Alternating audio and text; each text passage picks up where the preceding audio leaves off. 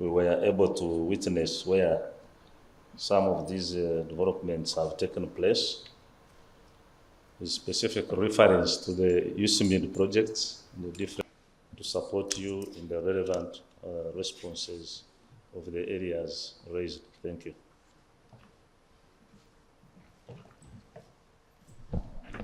Thank you.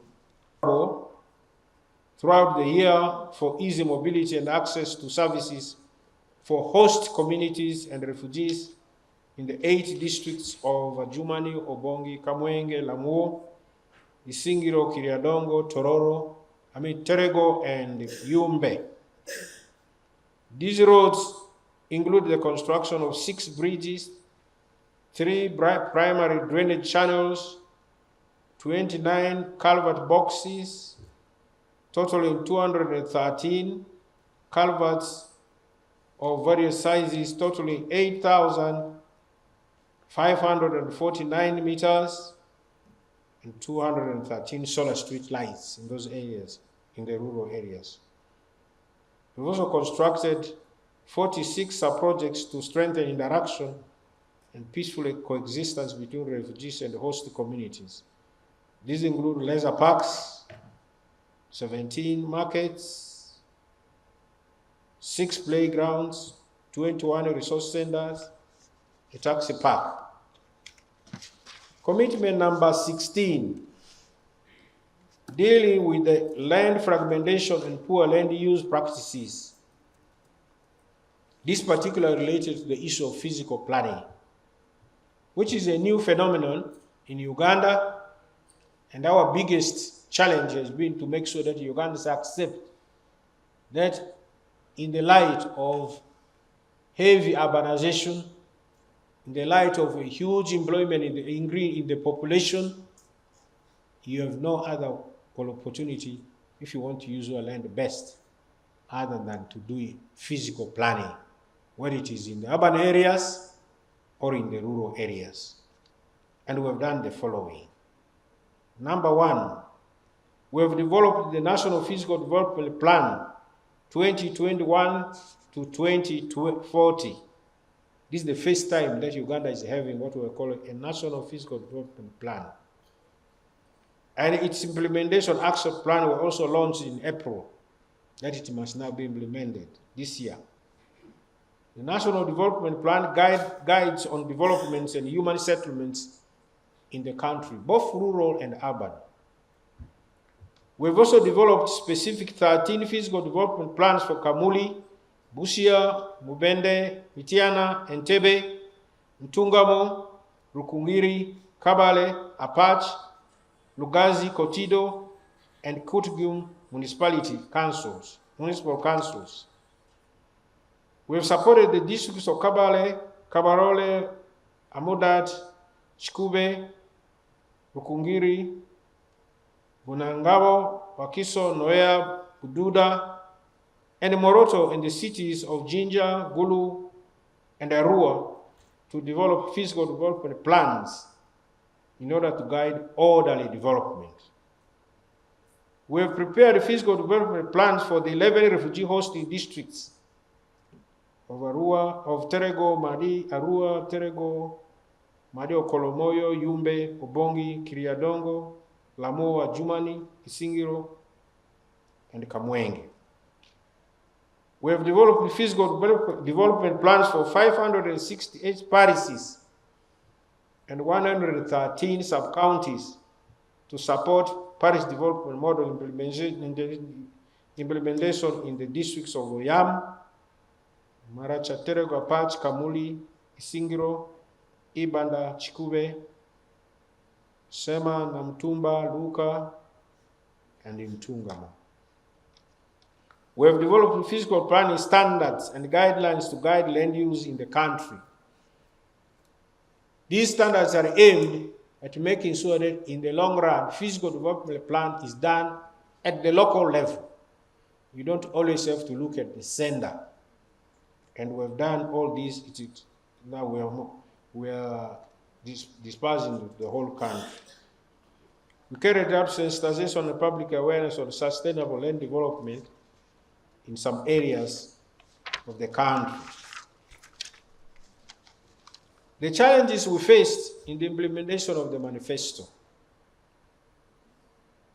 Number one, increase the land evictions. You've seen our ministers always fighting in the media, recorded fighting in the media about land evictions by various categories of people. I don't need to mention who is evicting who, but it's all over the country. This is a big challenge, but we are equal to the task. And sooner or later, because of what I've read, we shall overcome.